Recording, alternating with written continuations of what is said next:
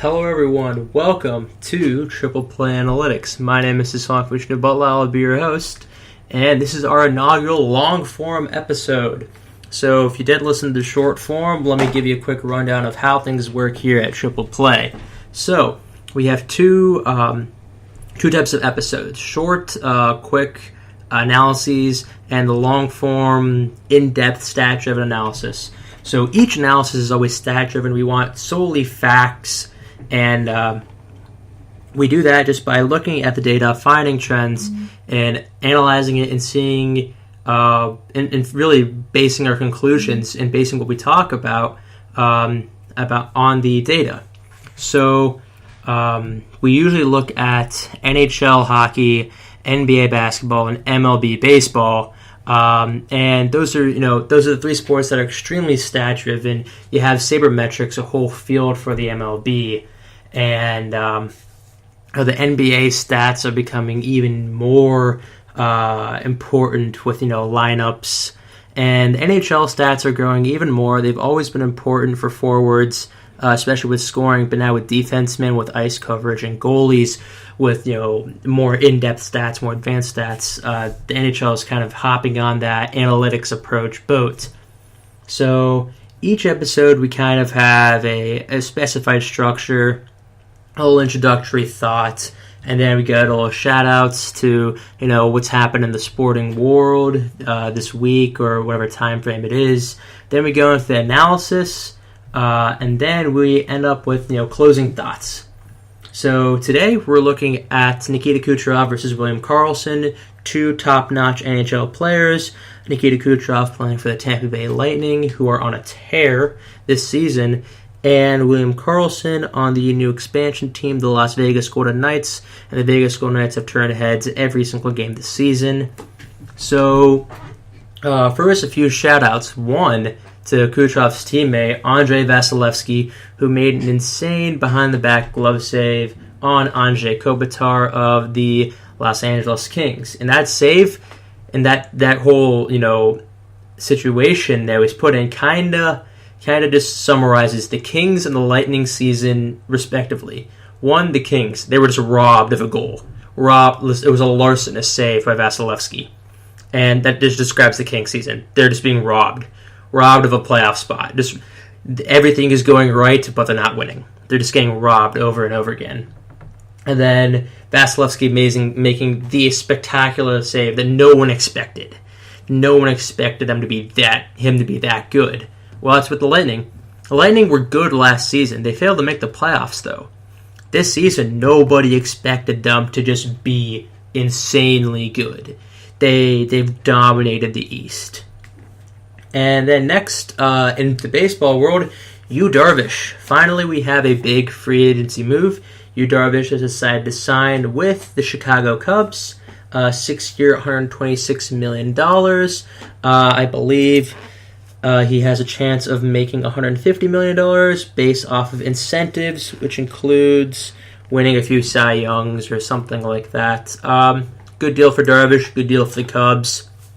Finally, the stove has been warmed up, so now we're just waiting on Jake Arrieta to sign somewhere else. And now in the Olympics, Red Gerard, the 17-year-old American from Colorado, won gold in snowboarding slopestyle.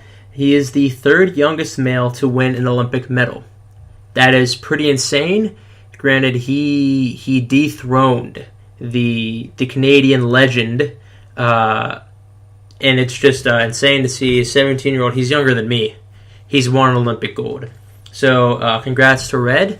And now let's head right into the NHL analysis of Nikita Kucherov and William Karlsson. And really, are they Hart Trophy candidates? And if they are, who's more likely to win it in my mind? So I looked at specifically the sludge of the season for both of them. That's games 30 to 54. That's right in the middle of the season in my mind. It includes the All-Star break. That 25-game span includes the dead of winter. Now, Tampa Bay doesn't really have a winter, but they got to travel, and they were on the road a lot. Las Vegas, not really a winter area, but they did also have to travel a lot, especially to Minnesota and Winnipeg, where they had a few big games there. So the reason I chose that time period was because a lot of players either will slump into the All-Star break and come out on fire, or they'll just be on a tear going into the All-Star break, but that break kind of cools them down, and then they return back to the norm. So I wanted to see, because both these players have been playing amazingly this season, and I wanted to see if this time period, seeing before the All-Star break and after the All-Star break, if they follow those trends and kind of cool off a bit, or if they continue to play at this elite level. And also, this 25-game span, it's 25 games. That's a little under a quarter of the season right there. You can see a lot of growth in that time. So, personally speaking, I think Nikita Kucherov and William Karlsson are both the front runners for the Hart Memorial Trophy. Now, the Hart Trophy is the NHL's MVP.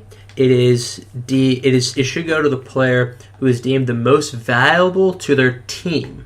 Now, last year, Connor McDavid won it. Sidney Crosby won it. A lot of influential, very elite players have won it. So this year, I think Karlsson is up there, even though no one really thinks Karlsson's that elite. Now, Nikita Kucherov, he is set in stone as elite. He had an insane season last year. We'll talk about that in a bit. But Karlsson, in my mind, if you take him off the Vegas Golden Knights, you lose a solid defensive forward. He's a sharpshooter also with a powerful one-time shot, and he's also a quick forward with a good vision. He plays well in all three zones. You take Kucherov off the Lightning, you lose pure scoring, pure offense. You lose elusiveness, you lose speed, and you lose the versatility for Steven Stamkos, who centers the line with Kucherov and Yanni Gourde. Now let's get more into the analysis now. So Nikita Kucherov, last season he had an amazing 40 goals with 45 assists, but the Tampa Bay Lightning missed the playoffs. They also traded Ben Bishop that season. Right now he's on pace for 43 goals and 60 assists. That's 103 points. His one downside, I feel, is it's really just physically. One, he's small for the NHL. He's 5'11". Now, he's not Martin St. Louis small, but he's 5'11". He's not a big towering player. He's not 6'3", 6'4", but he's not too short. But being 5'11", he's only 178 pounds. He gets tossed around a lot, and it's very easy for him to get injured. So that kind of dictates how he plays. He plays a more outside peripheral game. That's because of his smaller size.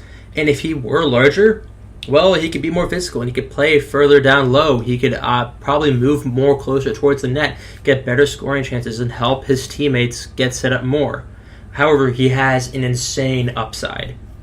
His wrist shot, just his shooting in general, is absolutely amazing. He's one of the best sharpshooters in the league. He's also very strong skating. He's quick, but he also has very strong strides. He's able to accelerate extremely quickly.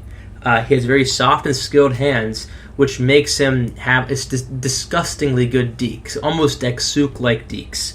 And with his speed and his deking ability in his hands, he can skate around defensemen, go outside and kind of cut towards the net, getting a bad angle shot but turning it good with his speed. He can do that with relative ease. And he plays both on the left and the right side. And that not only takes a lot of skill, but it takes an extremely high offensive IQ, which he has. And for William Karlsson, Karlsson's it's similar. Karlsson's pretty similar to Kucherov. Now, last season, he only played 74 games. He had 6 goals and 19 assists with the Columbus Blue Jackets. He was picked up by Las Vegas in the expansion draft this year. He's currently scored 29 goals, that's tied third in the league, and 47 points, that's just third on his team. He's had a breakout season so far. He's on pace to score 44 goals and 71 points. Now, his downside is that he also is small. He's 6'1" and 189 pounds.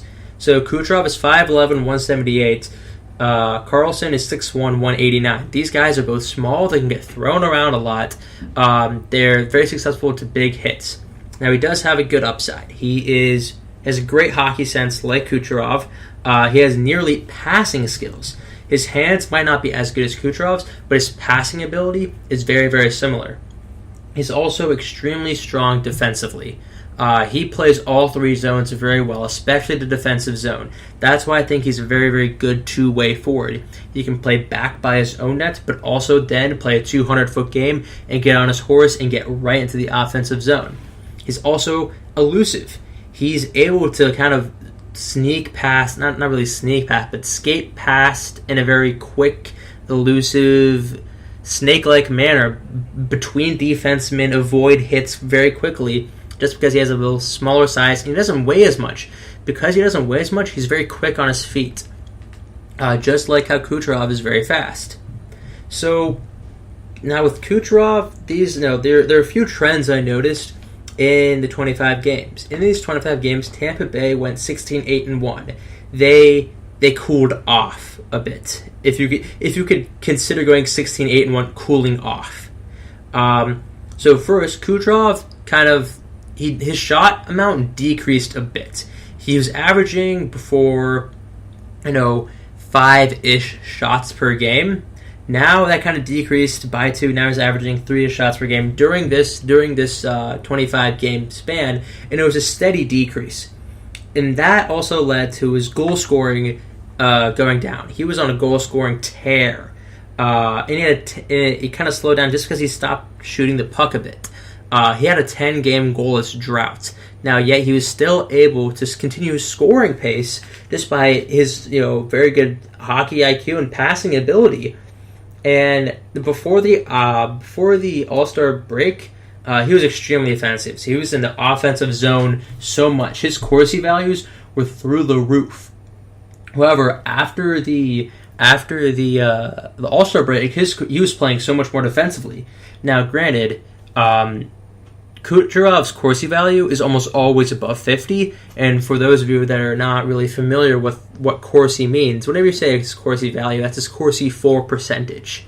That percentage is kind of when he's on the ice, are there more shots taken by his team or shots taken against his team? If it's above 50%, that means there was more general offense, more shots being taken by his team than the other team. So if someone has a Corsi of about 50, that means they're right on average. That means, let's say, 5 shots they took and 5 shots the opponents took. Well, Kucherov's average Corsi is like 55%, which is really good. But there were some cases where Kucherov's Corsi was down to 43% and 48% and 44%. And now, in this 52nd, 53rd, and 54th game, he went from 44% to 63% to 76%. But he had a drought where he was on the ice defensively a lot. And for a person the size of Kucherov, not having a big frame, he's not going to be able to take up lanes to block shots. And just because of that, he's inherently weaker in the defensive zone. Now, Karlsson still is smaller, but Karlsson is smart defensively. Kucherov is not used to playing defense. He's a sniper. He plays primarily in the offensive zone very well. Karlsson has the advantage there, where he had the ability. He played under John Tortorella for a bit in Columbus. And Columbus is a very good defensive team. So, and he also played with Anaheim when he was drafted. But that's he didn't learn much there. He learned a lot playing in Columbus. And playing in Columbus, he learned a lot about neutral zone and defensive zone defense. Kucherov plays for the Tampa Bay Lightning. The Lightning have always been about offense, scoring, offense. So Kucherov's defense is his weakness. Is one of his major weaknesses, his flaws. And so after the All-Star break, he really cooled off. And that kind of hurt him. Even though he started scoring less, but he's now rebounding again. He's finding his footing again. The Lightning are getting back on their horse and winning more games again. Winning games at the same pace they were. And, in those 25 games, he had 27 points. So he's still a point-a-game player, practically. But most of those came from assists. He only scored 8 goals in 25 games. He had 19 assists in those games. But Karlsson's kind of similar, but I think it's a bit better for Karlsson. He performed better. So the Vegas Golden Knights went 17-7-1. Now, Karlsson continued to shoot. He just shot shot. He played as if he were shot out of a cannon. That's how much he continued to shoot. And his shots per game went up. He usually averages between 2 and 3 shots per game. It's now nearing 4 shots per game, which is pretty insane. Those are Kucherov-like numbers, and Kucherov is on a goal-scoring tear. Karlsson is starting to get onto that tear. So once he gets on his high horse and starts scoring more, he's going to be playing at an elite level. Right now he's playing at a top 6 forward level. He's now going to be going to near elite, low elite level. And so, that being said, Karlsson has his goal-scoring ability.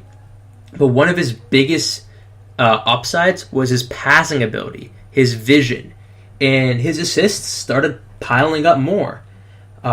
He continued to put up assists. Now, yes, he did have a five game period where he didn't have assists, but that was when he started scoring much more. But that was also right before the All-Star break. After the All-Star break, he continued. He just continued to pass the puck more and to shoot the puck more. Whenever he got the puck, he would shoot. Whenever he had the puck, if he didn't have a shot, he would find someone that did. And during that 25-game period, he had 23 points, 9 of them goals, and 14 assists. So that just shows me that he continued to shoot the puck. He continued to play more in the offensive zone. And if you look at his Corsi change, it actually was on an increase during the 25-game period. Now, his average Corsi is closer to 50 than Kucherov's. His average Corsi during that period was a 59.06, but this season it's at a 55.1. For Kucherov, it's at a 53.2. But now, kind of going out of this 25-game period, his Kucherov's Corsi value is like a 58-ish.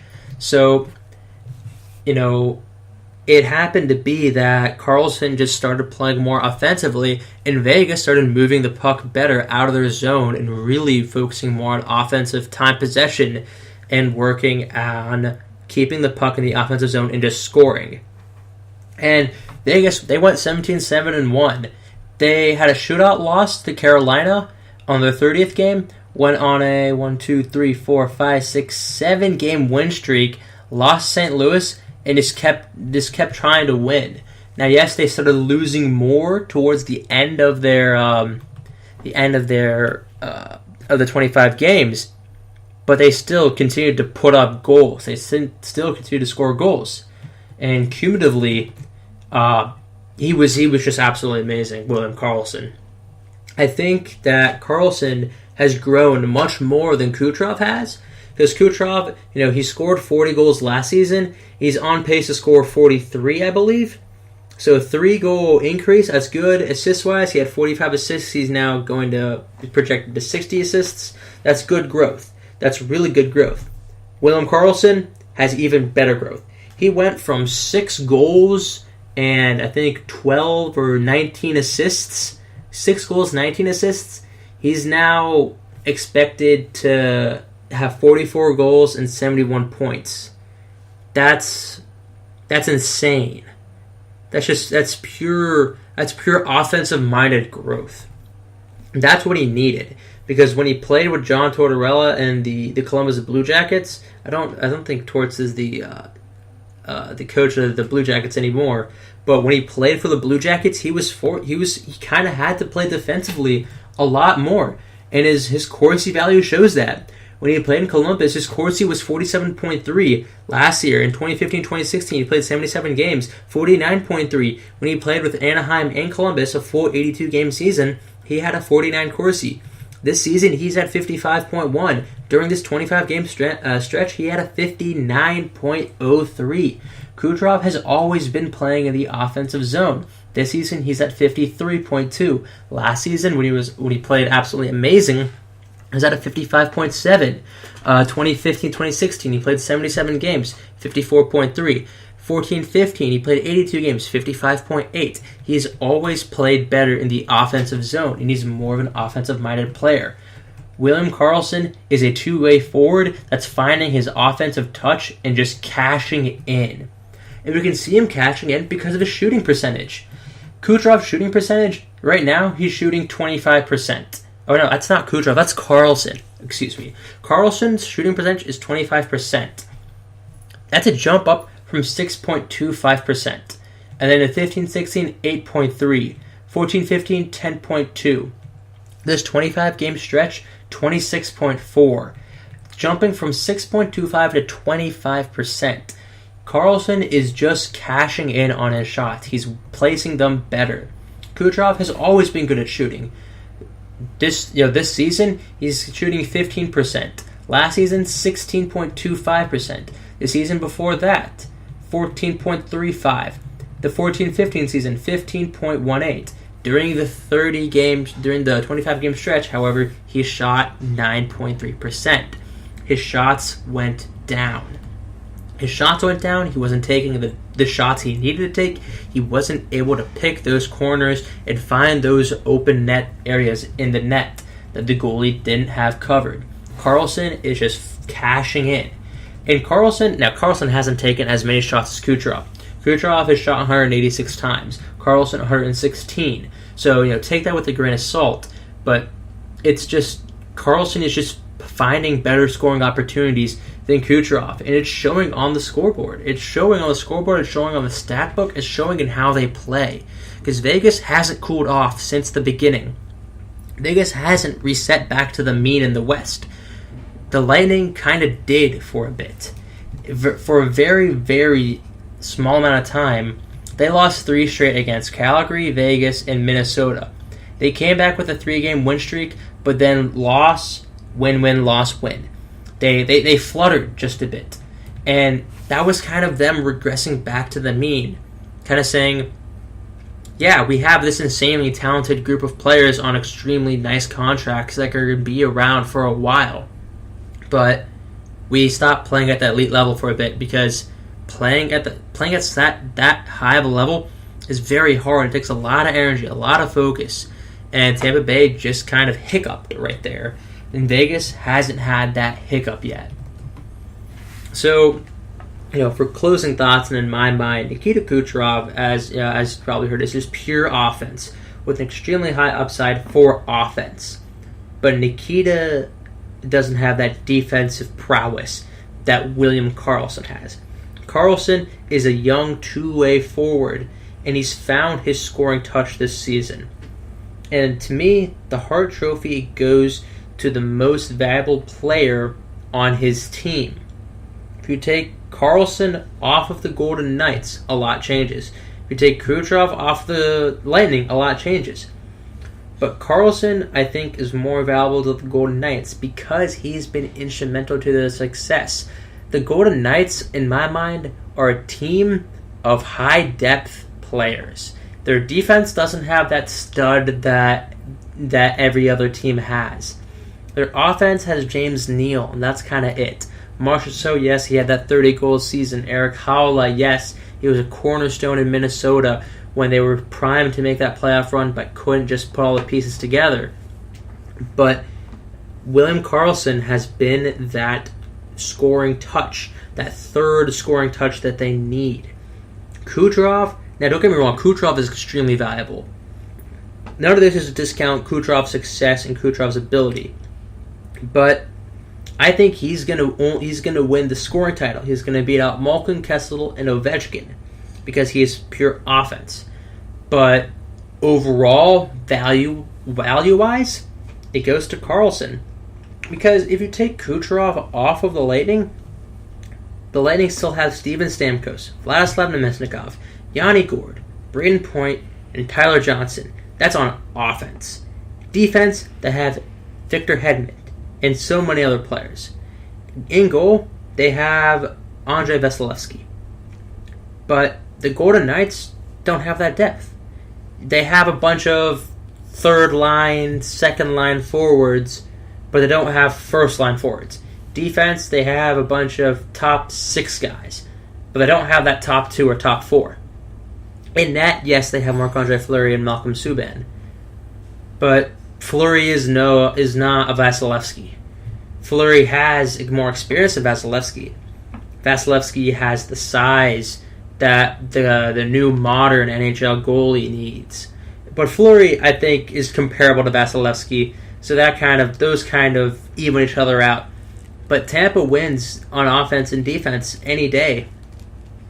So I think if you take William Karlsson off of the Vegas Golden Knights, they lose a chunk of their offense and defense.